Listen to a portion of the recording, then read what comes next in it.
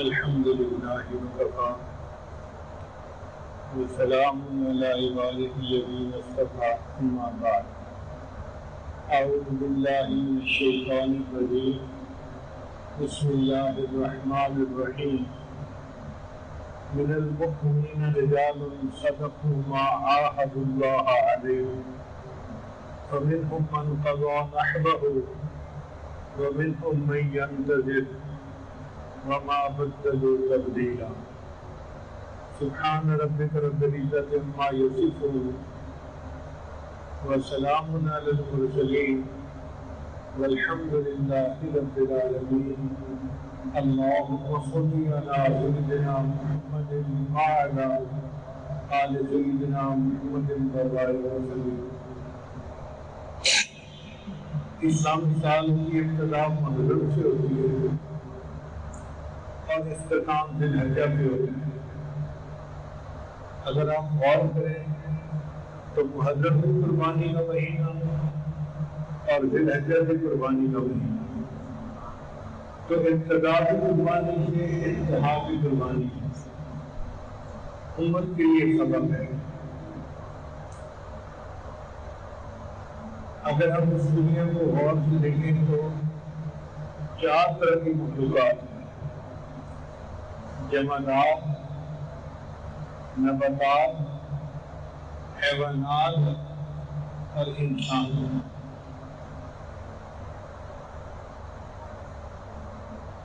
ہر مخلوق کا جو نام ہے اس کا پہلا حرف اس کی صفت بتاتے ہیں۔ جمادات کے اندر جسامت ہوتی ہے، پتھر ہے، جسامت ہے، نہ بڑھے گا نہ گھٹے گا، ویسے ہی رہے گا، رسان گزر گیا۔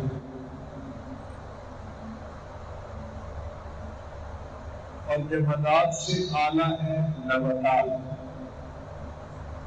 چنانچہ کھیتی بونے کے لیے ہم زمین کے سینے کو چھین دیتے ہیں، گہرا چلاتے ہیں۔ کوئی یہ نہیں کہہ سکتا کہ دیکھو زمین پہ کتنا ظلم ہو رہا ہے۔ بھئی زمین ہے ہی اس لیے کہ اس پہ کھیتی کی جائے۔ اب کھیتی جب کرتے ہیں تو فصل لہلہا رہی ہوتی ہے، بہت خوبصورت ہوتی ہے۔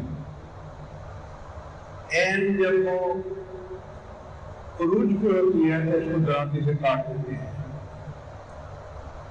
کوئی پوچھے گی کہ درانتی سے کیوں کاٹا؟ اس لیے کہ اس میں حیوانات کی غذا بننا تھا۔ یہ ظلم نہیں ہے، یہ مقصد ہے۔ اب حیوانات باقی کے پل کے جوان ہو جاتے ہیں، ہم ان کو قربان کر دیتے ہیں۔ کوئی یہ نہیں کہہ سکتا کہ تو بڑا ظلم ہے، جانور کو چھری پھیر دی۔ بھئی مقصد زندگی ہی یہی تھا، اللہ نے ان کو پیدا ہی سے یہ کیا تھا، اس لیے یہ ظلم نہیں ہے، یہ فطرت ہے۔ تو اب آپ غور کریں، جمادات نباتات پہ قربان، نباتات حیوانات پہ قربان، حیوانات انسان پہ قربان، اور انسان اپنے رب رحمات پہ قربان۔ قانون یہ ہے کہ ادنا اعلیٰ پہ قربان۔ تو ہمارا دنیا میں آنے کا مقصد یہی ہے کہ ہم اللہ سے قربان۔ چنانچہ ایک قربانی اللہ تعالیٰ نے ابراہیم خلیل اللہ سے لی، انہیں حکم دیا گیا کہ بیٹی کو میرے نام پر قربان کرو۔ وہ اس میں 100% کامیاب ہو گئی۔ اللہ تعالیٰ فرماتے ہیں ان ھذا لہو البلاء المبین، یہ بہت واضح آزمائش تھی، بہت بڑی آزمائش تھی۔ 92 سال کا بوڑھا اپنے 12 سال کے بیٹے کے گلے میں چھری چلائے، یہ کوئی معمولی بات نہیں ہے۔ اللہ تعالیٰ فرماتے ہیں وَفَدَيْنَاهُ بِذِبْحٍ عَظِيمٍ، اس بچے کو ہم نے قربان نہیں ہونے دیا، اس کی بجائے ہم نے جنت سے ایک میڈا بھیجا، وہ قربان ہو گیا۔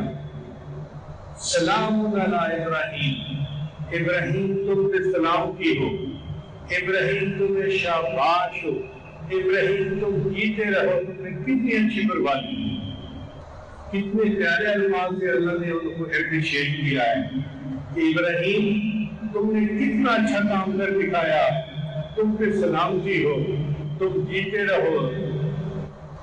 پھر اللہ نے وہ قربانی آنے والی امتوں میں جاری فرمایا وَتَرَكْنَا عَلَيْهِ فِي الْآخِرِينَ، ہم نے آنے والوں میں اس سنت کو جاری فرما دیا۔ چنانچہ عید الاضحیٰ پہ ہم جو جانور قربان کرتے ہیں وہ ابراہیم خلیل اللہ کی سنت۔ پھر اب محرم کا مہینہ شروع ہو جائے گا، اس میں اللہ نے اپنے حبیب کے گھر کے ایک بچے سے قربانی لی، ادھر ایک نبی سے قربانی لی جا رہی ہے۔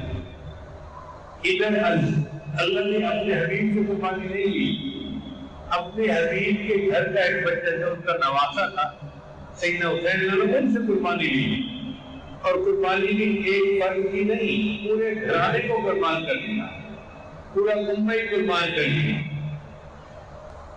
آج جو ہم من پسند کی زندگی گزارنے والے لوگ ہیں تو ہمیں خیال آتے ہیں ادھر ادھر کے، اور جی جانور پہ چھری چلا دی، یہ کیا ظالمانہ طریقہ ہے۔ بھائی نہیں، آپ سبزی کاٹتے ہیں تو چھری نہیں چلاتے، پھل کاٹتے ہیں چھری نہیں چلاتے۔ جب اللہ نے مقصد ہی زندگی کا یہ بنا دیا تو اب جانور کو ذبح کرنا یا قربان کرنا یہ ظلم نہیں ہے، یہ فطرت ہے۔ باقی یہ انسان کی یہ سعادت ہے کہ اگر وہ اللہ کے دین کے لیے اللہ کے نام پر اپنی جان کو قربان کر دیں۔ حدیث مبارکہ میں آتا ہے کہ شہید کے خون کا پہلا قطرہ گرتا ہے اللہ تعالیٰ اس کی زندگی کے سب گناہوں کو معاف فرما دیتے ہیں۔ اور تفسیر کتب میں یہ لکھا ہے کہ ہر بندے کو ملک موت تک کرتے ہیں، لیکن جب شہید کی شہادت کا وقت آتا ہے اللہ تعالیٰ ملک الموت کو کہتے ہیں ملک الموت یہ بندہ میرے نام پہ قربان ہو رہا ہے، اب تو پیچھے ہٹ کے اس کی روح کو میں خود قبض کروں گا۔ اللہ تعالیٰ اس بندے کی روح کو قبض کرتی ہے اور اس کو اللہ کا دیدار نصیب ہوتا ہے۔ چنانچہ عبداللہ مخدومی رحمۃ اللہ علیہ ایک بزرگ گزرے ہیں،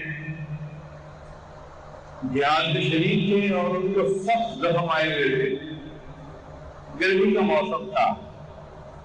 ان کے کسی دوست نے دیکھا تو سوچا میں کچھ پانی پلا دوں۔ جب وہ پانی پلانے لگے تو انہوں نے اپنا منہ بند کر لیا، منہ بند کر لیا، کھولا نہیں۔ وہ بڑے حیران تھے، خون بھی نکل رہا ہے، پسینہ بھی آیا ہوا ہے، ڈی ہائیڈریشن بھی ہو چکی ہے، اور اس گرمی کے موسم میں میں ان کو پانی پلانا چاہتا ہوں، یہ پانی پی نہیں رہے۔ تو انہوں نے پوچھا عبداللہ تم پانی کیوں نہیں پیتے؟ تو عبداللہ نے آگے جواب دیا میں روزے سے ہوں، اگر میں اپنے روزے کو شربت دیدار سے افطار کرنا چاہتا ہوں، پانی سے افطار نہیں کرنا چاہتا۔ مجھے شہادت ملے گی تو مجھے اللہ کا دیدار نصیب ہوگا، میں اپنے روزے کو شربت دیدار سے افطار کرنا چاہتا ہوں۔ اس لیے صحابہ کرام اللہ کے نام پہ اپنی جان دیتے تھے اور اس کو اللہ کا احسان مانتے تھے۔ جان دی ہوئی اسی کی تھی، حق تو یہ ہے کہ حق ادا نہ ہوا۔ ہمیں کیا پتا کہ اللہ تعالیٰ اس شہید کو کیا اجر عطا فرماتے ہیں۔ حدیث مبارکہ میں آتا ہے کہ اللہ تعالیٰ جنتیوں سے پوچھیں گے کہ تم نے جنت کا مزے پا لیے؟ سب کہیں گے یا اللہ ہم نے خوب مزے اٹھا لیے۔ اللہ پوچھیں گے تم میں سے کوئی واپس دنیا میں جانا چاہتا ہے؟ سب کہیں گے کہ ہم تو نہیں جانا چاہتے، ہم اس آپ کی رضا والی پسندیدہ جگہ جنت میں جو آ چکے ہیں ہم کیوں جائیں گے؟ ایک بندہ ہوگا کھڑا ہوگا، اللہ میں جانا چاہتا ہوں۔ اللہ پوچھیں گے تو ہے کون؟ اللہ میں شہید ہوں، اور جب دنیا میں مجھے شہید کیا گیا تھا تو جو لطف اور مزہ مجھے اس وقت آیا تھا وہ مزہ جنت میں بھی آ کے نہیں بھولا۔ میں چاہتا ہوں احیا ثم اقتل، احیا ثم اقتل، مجھے زندہ کیا جائے پھر شہید کیا جائے، پھر زندہ کیا جائے، پھر شہید کیا جائے۔ اس سے آپ اندازہ لگائیں کہ شہید کو اللہ تعالیٰ کی طرف سے کیا نعمت ملتی ہے۔ یہ دجالی فتنے کا دور ہے، اپنے دل میں تو تمنا رکھیں کہ کوئی بھی موقع آیا اور دین کی خاطر ہمیں اپنی جان دینی پڑی تو ہم اللہ کا احسان مانیں گے اور اپنی جان کا نذرانہ پیش کریں گے۔ حضرت شیخ وزیر صاحب نے لکھا ہے کہ میدان احد سے ایک دن پہلے کی بات ہے، تیاری ہو رہی ہے۔ ایک دوست دوسرے دوست کو کہتے ہیں کل سے جہاد شروع ہو جائے گا، آؤ آج میں دعا کرتا ہوں، آپ آمین کہنا، پھر آپ دعا کرنا، میں آمین کہوں گا۔ چنانچہ اس نے دعا مانگی، اللہ کل میرا مقابلہ کسی بڑے قوی دشمن سے ہو، وہ مجھ پہ وار کرے، میں اس پہ وار کروں، اللہ پھر میں ایسا وار کروں کہ اس کو تیرے راستے سے قتل کروں اور دشمن کے سرغنے کو مارنے کی سعادت مجھے نصیب ہو۔ دوسرے نے آمین کہی اور دوسرے کی باری تھی، اس سے دعا مانگی، اللہ کل میرا مقابلہ بڑے قوی دشمن کے ساتھ ہو، وہ مجھ پہ وار کرے، میں اس پہ وار کروں، اور پھر اللہ وہ ایک ایسا وار کرے کہ مجھے تیرے راستے میں شہید کر دے، اور اے اللہ پھر وہ میری لاش کو مسلح کر دے، مسح کر دے، میری آنکھیں نکال دے، میرے کان کاٹ دے، میرے سینے سے میرا دل نکال دے، اور میں اس حالت میں قیامت کے دن آپ کو سامنے پیش کیا جاؤں اور آپ مجھ سے پوچھیں کہ میرے بندے تو کس حال میں میرے سامنے آیا ہے، تو میں کہوں کہ اللہ میں اپنی جان کا نذرانہ آپ کے نام سے پیش کر کے آیا۔ وہ صحابی کہتے تھے کہ جیسے تو آپ مانگی گئی وہ دعا کسی طرح ثابت ہوئی، مگر میں نے دشمن کے سرغنے کو قتل نہ کیا، اور آج میں افسوس کر رہا ہوں کہ میرے دوست کی دعا میری دعا سے زیادہ بہتر تھی۔ تو وہ چاہتے تھے کہ اللہ کے نام پہ اگر ان کا موقع بھی کوئی کر دیتا ہے تو کرے، اللہ ہمیں قبول فرما لے۔ یہ سونا میرے دکھ میں راضی، جن میں سکھ نو چلے ڈاوا، اگر میرا یار میرے دکھ سے راضی ہے تو میں سکھوں کو چولہے میں ڈالنے کے لیے تیار ہوں۔ تو اس لیے ذی الحجہ اور محرم یہ ہمیں قربانی کی یاد دلاتے ہیں۔ علامہ اقبال نے کہا تھے ہمیں ایک میرے مار کا آراؤں میں،